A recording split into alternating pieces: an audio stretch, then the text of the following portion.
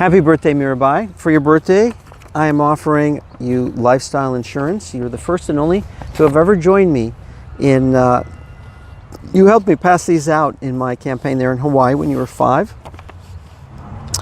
8 years ago. So we are announcing the simple solution to the healthcare crisis and giving it to the world on your birthday. This should help millions, if not billions of people. Aloha America, my name is Raghu Giuffre. I've written 12 books on economics. I've come from Hawaii to this Christmas gift for America. The punchline, it looks like we should be able to reduce the cost of healthcare by as much as 50% while doubling services. This not being so much a campaign promise that, it has that ring of a politician's promise, but it's familiar to us because this is what we've heard the rest of the developed nations are doing. So we know that it's doable. So what we really face here is not a logistics issue. It's not like a Spielberg film that, they're trying to figure out how to do the special effects that haven't been created yet for the movie. What we're talking about here is almost exclusively one as politics and special interest. And so we think we can get the buy-in from them relatively fast and easy with our simple paradigm that lifestyle is 50% of the cost, 50% of all medicine, 50% of both your taxes and your insurance are now going to cover lifestyle. And that if lifestyle was taken and handed over as its own market, that you would now have the big players, insurance and a number of other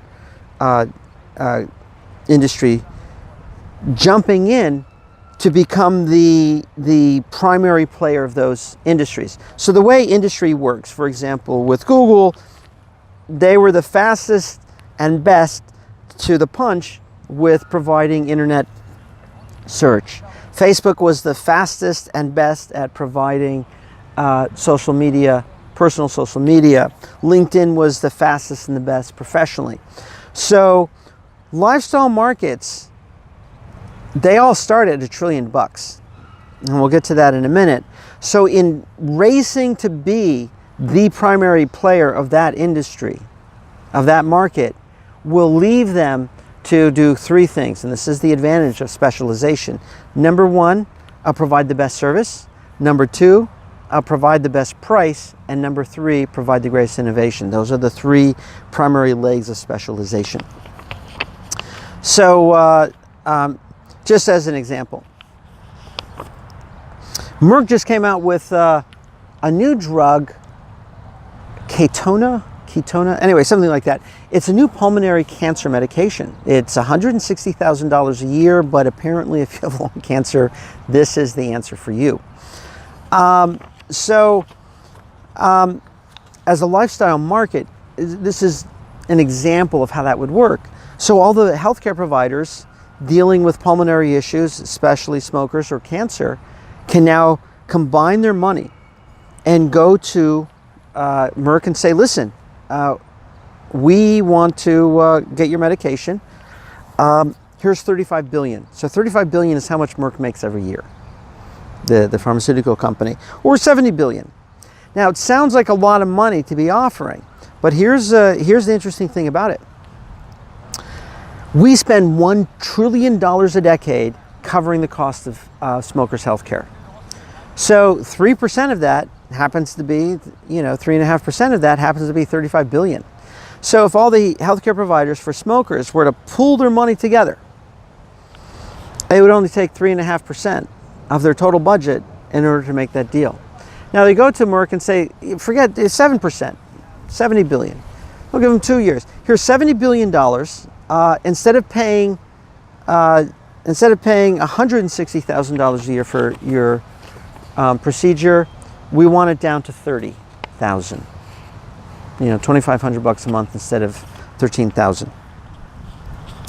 So that is the kinds of solutions, bottlenecks that become apparent, problems. When you look at the lifestyle as its own market, a whole host of new things jump out at you.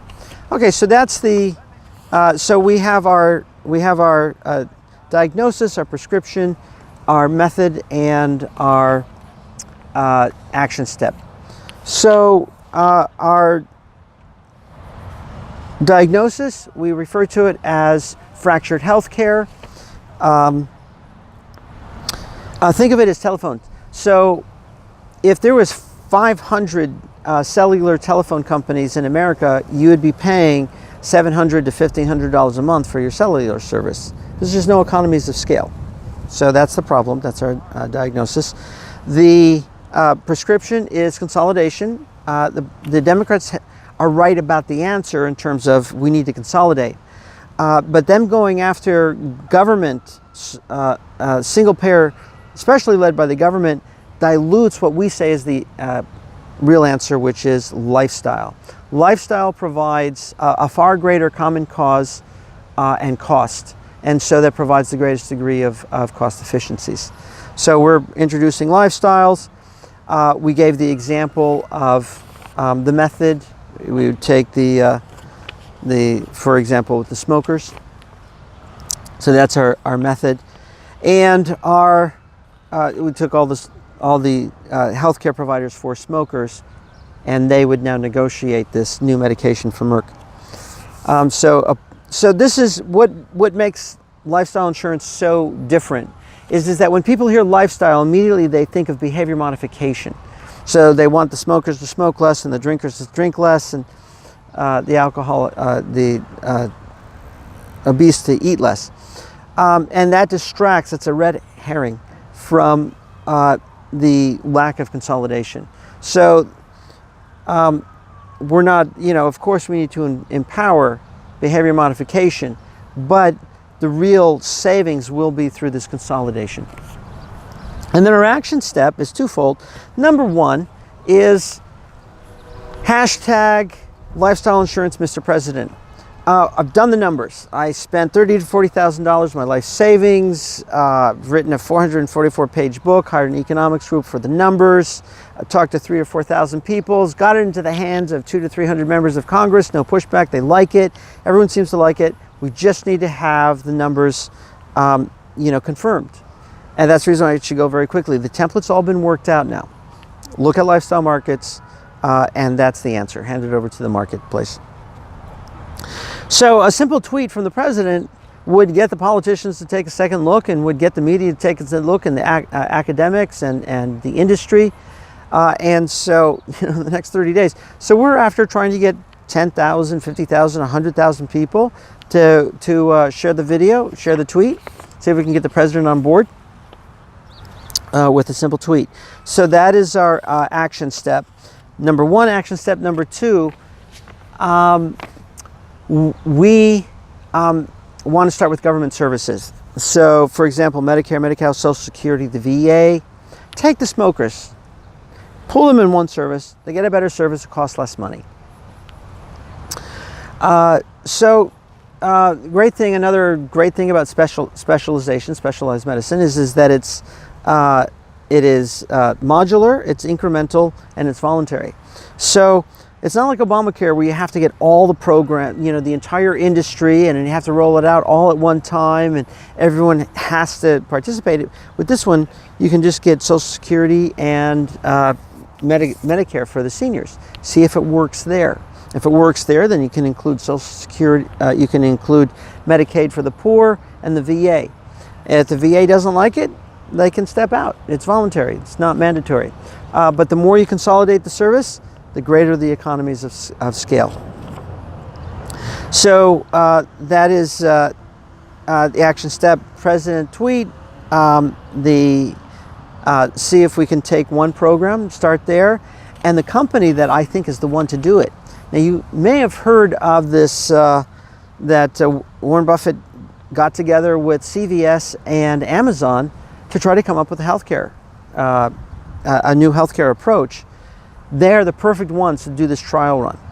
Now, here's the reason why they'll love it, and the reason why Wall Street will love it, and the reason why we are confident that the old saboteurs of the previous healthcare reforms, it was the insurance industry and Wall Street that would sabotage all the efforts before. The reason why we know that they're going to be ecstatic and join is that company that takes the smokers, from Medicare, Medi-Cal, Social Security, from those government programs, that's a private company. We have just privatized $5 to $10 trillion worth of government health care in a way that even the Democrats will take. So the Republicans, you know, I've taken it to the members, they like what they hear. Nobody wants to be the first, nobody wants to be, you know, the only one. So you don't have to sell them, they've already been sold on it. If they see a mandate from the public, you know, 50,000, 100, a million, you know, views, or what they speak of thumbs up or shares, they're in. The insurance industry simply needs to hear about this. And whoever is the lucky fellow to be able to have the phone number for Warren Buffett or Amazon or CVS, they are the perfect infrastructure to do it. Warren Buffett, a lot of people may not know this, is the largest insurer of insurance companies. So when insurance companies are having a hard time, they go to him. He already works with bulk rate insurance. He'll love this. Number two, CVS, which is one of the primary drug distributors in the country, pharmaceutical distributors. Don't want to make it sound too negative. And then you have Amazon, which is working with people at the individual level. It's the perfect combination. It was brilliant for them to get together. So if anyone has their number, give them a call, tell them about this lifestyle, and we can approach Bush, excuse me, I'm sorry. I've been doing this for a while now. I did this under Obama and Bush. President Trump could give them a ring. Anyway, once the media hears about this, actually I've gotten it into the hands of all the media as well. Nobody would do it because there's no mandate for it. You create the mandate, everybody else is in. So that is the quick summary of it. If you like what you've heard, please share this. That's all you got to do. If you're looking over your shoulder about healthcare, if not for yourself, then because of your mom or your daughter or your aunt or your cousin or your neighbor, there is no solutions out there. And it's only going to get worse, and I could explain that maybe at another time. For nothing more than taking a second look, we may be able to solve this entire thing. So if you like what you've heard so far, stick with me for about another 10 to 15 minutes, and I'll give you more details that will better empower you in both confidence and excitement. So the first is a call out to the president. That will last about 30 seconds. The second is my elevator pitch to Congress here that got our little pamphlet into the hands of 200 to 300 members. The third is about a 1-minute summary. And then the fourth is more details that will run about 6 or 8 minutes. Nobody has time, but one of the single biggest issues you're ever going to face in your life is your health care. And the extra 10 minutes from your side right now might be able to save you. Now, it will save you. I can guarantee it, having done this for the last 20 years. Okay, so the first is the call to the president. Aloha, Mr. President. My name is Raguju Frey. You've insisted that America could do better than Obamacare, and I'm here to let you know you were 100% right. Even Mr. President Obama had recognized that Obamacare was a stopgap measure. But the real reason why I'm thanking you is that your insistence that Congress go back to the drawing board 2, 3, I think it was 4 times, created a window of 3 months for me to get this answer, the repeal and replace of Obamacare, into their hands. Because it was relevant to the issue that was going on, they were willing to take it and take a look at it. A number of them have, no pushback, they all liked it. So I want to thank you for that. And so now that takes us to the elevator speech that got these members interested. So I would go up to them and say, did you get our simple solution to the healthcare crisis? And of course, the incredulousness of like, okay, wise guy, there's no such thing. What do you think? Literally 10 to 15% of them asked both that question and laughed. And I would say lifestyle insurance. And it's a magical term, somehow or other, it resonates. Housewife, taxi cab driver, members of, everyone recognizes it's a magical term. And then I would say 50% of all medical costs is lifestyle related. Anyone that knows anything about healthcare knows that 50% of our, it's not just actually our healthcare, it's actually our taxes as well. 50% of our medical costs is lifestyle related. The bulk of that's covered by government programs, another simple premise. And then the third premise, hand it over to lifestyle markets. We've reduced the cost of government by as much as 50%. So that was the elevator pitch. And most of them would actually start reaching out to take the paper, and a number of them actually read it and did several follow-ups with me. No one wants to be Nobody wants to be the first one. Nobody wants to be alone on this. So, Mr. President, Congress is primed. A single tweet from you, they're on board. Democrats and Republicans alike. There's nothing to push back against. And so the follow-up to that little 4-sentence was that we would take the smokers from Medicare, Medi-Cal, Social Security, pull them together in one service. They get a better service. It costs less money. Specialized medicine. So that was the elevator speech. And now for the 30-second to 1-minute summary. So we say we don't actually have a healthcare crisis. We have a management crisis. We have simple, basic management steps, 7 steps, management 101. Number 1, consolidation of service. This is the first thing you learn, in the first week of management class. Consolidate your services. What that does is specialization. So specialized medicine, we say that is the simple solution. Once you have specialized your service, now you can consolidate your budgets. You can see where the duplications are. You can see where the inefficiencies are. You consolidate service, you get specialization, you consolidate the budget. When you've consolidated the budget, now you get economies of scale. And from economies of scale, you now create your own division. The own division is really big. Talk about that in just a minute. And you can send it off to launch as its own industry. So those are the 6. And the 7th is, let's start with government programs, because it requires no legislation. Mr. President, you already have full authority in order to introduce specialized medicine into government healthcare. We're not asking Congress for new money, and it's not a new policy. We're just talking about management consolidation and upgrade, and in fact saving money. So this is something, that's the reason why we're asking for a simple tweet from you. # lifestyle insurance, Mr. President. So, and the numbers are already there. That should be enough to launch the whole thing. With that, I believe that Warren Buffett will give you a ring, saying we would be happy to try to see if we would be happy to give it a test run with the smokers from, say, Social Security and Medicare for the seniors, and start from there. So that takes us to the details. Now, this gets into the benefits and advantages. Generally, that's not how sales are done.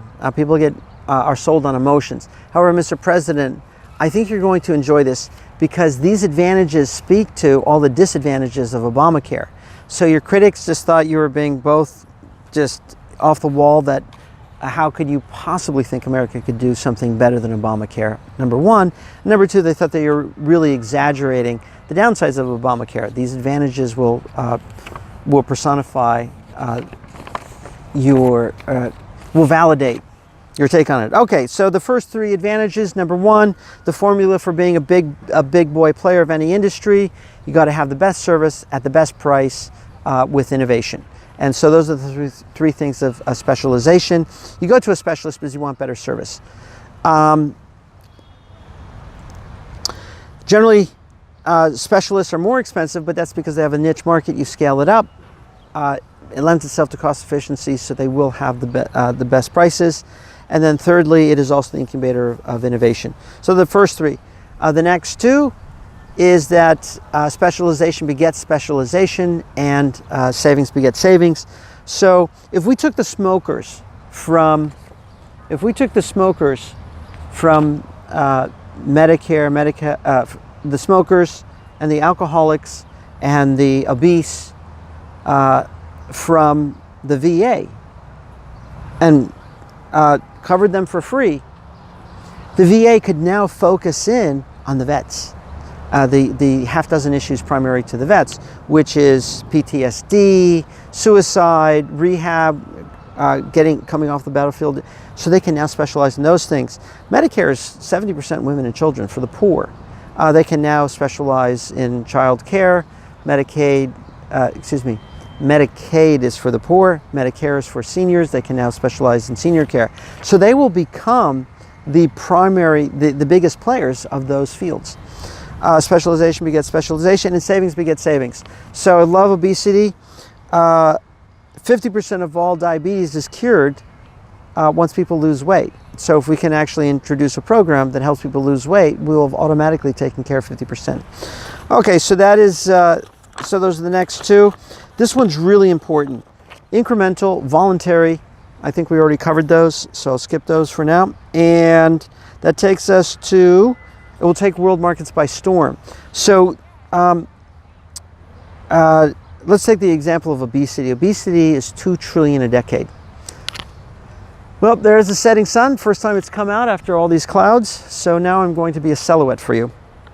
Obesity is $2 trillion a decade. To give you some idea of how much money that is, that would be about 300 aircraft carriers a decade. That's 1,000 aircraft carriers that we've spent in the last 30 years. If we took them out to sea and blew them up, that would offer us more economic activity than we've put into obesity. It's so much, it's just mind-boggling how much money is. So that takes us to what we say is the problem, fractured healthcare. So that one, out of the 2 trillion, government is covering about half that cost, $1 trillion. That $1 trillion is now subdivided between 300, 400, 500 different healthcare providers. We turn this way so you still get the capital, and hopefully that's my better, good side. So, Medicare, for example, the Democrats think that this is a single program. It isn't. Medicare, it's a different operation, a different system in large part for each state, and then each state subdivides it out and subcontracts it out to another party.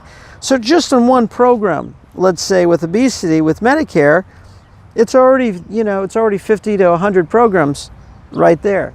What to speak of the VA doing the same thing and Social Security doing the same thing. So if the biggest program is $50 billion, that's only 5% of $1 trillion. They never get the buying power of $1 trillion budget. You take that $1 trillion, you put it behind one program, you go to the insurance industry and say, here's $600 billion, half the price. We want double the service at a $500 billion. People suddenly find that they can start, it becomes far more affordable for them. And that's economies of scale. So this is one of our favorite examples. We believe that a doubling, what to speak of, a fourfold improvement, and again, this will match of what is in the rest of the industrialized nations. In other words, a $100,000 procedure goes for $25,000. This will match those numbers, and we introduce economies of scale. It will do that, and so then that takes us to economies of scale. That takes us to its own division. The own division is really, really important. Every administration, Democrat or Republican, have come in and tried to see where they can cut the cost of government, and nobody can do it. Bush got up to like 3%. We say the cost is in the cost efficiencies will be found in consolidating duplication.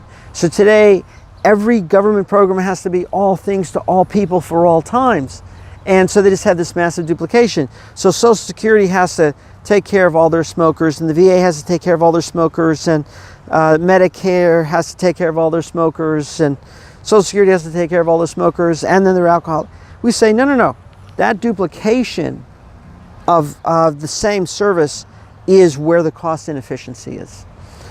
In the example of obesity, we're talking, it would be easy to get a 10 to 20, probably closer to 50% savings once you've consolidated. So that's, if you're looking how to reduce the cost of government and still provide a better service, it's in this duplication. In other words, new division. Once you've taken a division and consolidated it, now you can send it off to as its own industry. And we give the example of McDonald's. They had, they were opening up all these restaurants, 200, 500, then 1,000, then it was 2,000. Then they realized, oh my God, we own all the real estate underneath them. So then real estate became its own division. And then I know it was about 20 years ago, I don't know if they ever did, they were like, yeah, we could just sell it. 50% of the value of McDonald's was its real estate, and I believe it was by far the most profitable. They could have sold it. So that's what happens when you find your own division and a new industry. Now, what makes lifestyle so spectacular is several things. Number one is that most lifestyles have a retail counterpart. So you have alcohol for, you have liquor for alcohol, you have cigarettes for smokers, and you have junk food for obesity. So if you simply link the income directly to servicing smokers, obese, and alcoholics, that would make them a completely self-contained, self-sufficient, multi-trillion-dollar industry. So instead of the government taking the money and then dispersing it and the corruption and the inefficiencies, just send it direct, and now you have your own industry. So the first 5 steps don't require government legislation. So the consolidation of service of government healthcare, the specialization of service, the consolidation of budget, and number 4 of economies of scale, that all can be done without, and its own division. All those 5 steps can all be done without government legislation. If you can get Congress on board, then they can legislate, we want this direct link of revenues from smokers, from cigarettes to smokers, from liquor to alcoholics, from junk food to, so that's advantage number 1. Number 2 is that lifestyles generally only have like a half dozen primary issues. And that takes us to number 3. The reason being is that they all consolidate, end up in just one area. So for smokers, there's pulmonary issues. There's a half a dozen pulmonary issues. In other words, with the VA, today they have to worry about hundreds of different possible issues. With smokers, it's just a half dozen. With alcoholics, it's the liver. So it consolidates to one part of the body. For obesity, it's hormones and gallbladder. And so it makes it much easier for them. Now, okay, so here's the other big advantage. So now we've taken the money from the retail products and we're going to link them directly to the services. Now, when people are paying as you go, the cost for obesity, which is $2 trillion, remember that was $2 trillion, that's 300 aircraft carriers a decade. It sounds like a lot of money, but it's actually only runs about 10 to 15 cents when broken down. We consume such a massive amount of junk food, or fatty foods, let's say, and sweet foods, that it's only 10 cents when you buy your hamburger, your soda pop, your ice cream, your French fries. It's a 2-for-1 deal. You buy your French fries, you get your healthcare for free. All obesity-related services is covered, universal healthcare for all obesity-related services for free. You pay that 10 cents. So it's extremely affordable. It's the most affordable. You've never found another insurance program that's more affordable. So you're only paying 10 cents when you buy the French fries or the ice cream or the soda pop. But that means that all lifestyle programs are now covered for free. You now have basic health care for everybody, which just so happens twofold. Number 1, that is the biggest, most expensive areas of healthcare. They call it the risk pool. And number 2, that is also the biggest healthcare issues facing the poor. So everyone's healthcare is cut in half, while the rest of lifestyle healthcare is covered for free. It's really simple. Anyway, we just need to take a look. It's a 444-page book, 350 references, talk to 3,000 people, 300 members of Congress. It just needs to have a second look. Mr. President, hashtag lifestyle insurance, hashtag lifestyle insurance, Mr. President. Let's see if Warren Buffett would be interested and change the conversation. I gave Congress a chance. This is the difference between a businessman and a leader and politicians, the bureaucrats. They're like, oh, well, that's not really my area. Mr. President, hashtag lifestyle insurance, Mr. President. My dear friends that are watching this, if you made it this far, I hope you feel the confidence to share this video, tell your friends, send it to Congress, send it to the media, send it to the president, send it to academia. We only need 10,000, 50,000, 100,000 people, and the rest of the world will jump on. Happy birthday, my dear daughter. I am sorry that this is where all my time and money has been going to, and I hope you find it well worth the wait for it. Happy birthday, aloha to the rest of the country, and thank you for your time, Mr. President. That's it. Nope.